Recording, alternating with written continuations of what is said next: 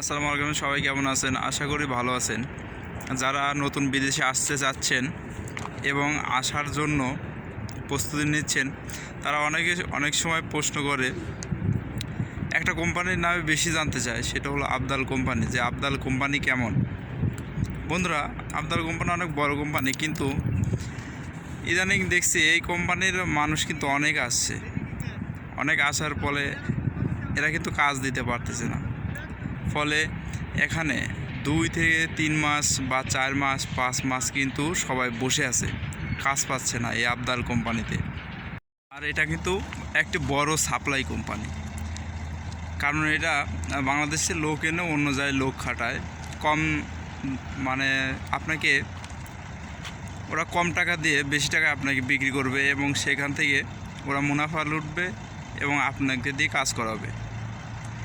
যারা এই কোম্পানিতে আসবেন তারা দেখে শুনে আসবেন, বা দেখে আসবেন বা বুঝে আসবেন যে আপনি এই কোম্পানিতে এসে কিছু করতে পারবেন কি পারবেন না। অবশ্যই আপনার জেনে বুঝে তারপরে আসবেন, কিন্তু কারণ এটা একটা সাপ্লাই কোম্পানি, এনে হাজার হাজার লোক এসে কিন্তু এখনও বসে আছে।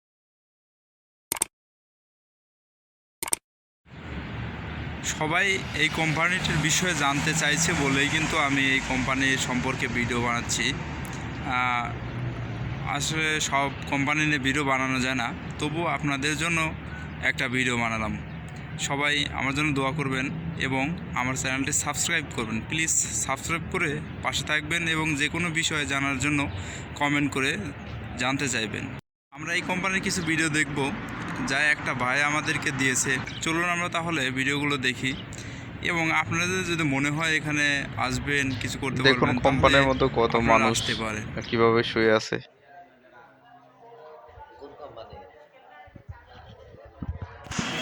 সব রুমে রুমে কিন্তু অনেক মানুষ আছে, রুমে রুমে থাকার পরেও এখানে বারান্দাতে কিন্তু সবাই আছে। এখন খাওয়ার সময় কত মানুষ একবারে বিল্ডিং এত বড় বিল্ডিং এর পাশ থেকে কিন্তু এই পাশে লাইন করছে।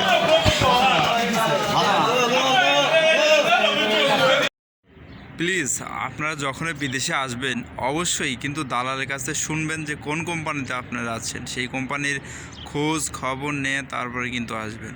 সাপ্লাই কোম্পানিতে আসলে কিন্তু এখন খুবই কাজ কম, এজন্যই কাজ দিতে পারে না, অনেক দিন বসে থাকতে হয়।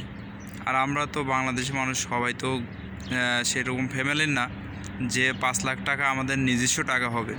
আমরা কিন্তু সবাই ঋণ করে আসি। যদি 4-5 মাস বসে থাকেন, কাজ না পান, বা 2 মাস কাজ করলেন, 4 মাস বসে থাকলেন, তাহলে কিন্তু আমাদের পরিবার চলবে না, বা আমরা কিন্তু অনেক কঠিন অবস্থায় দিয়ে সময় পার করব।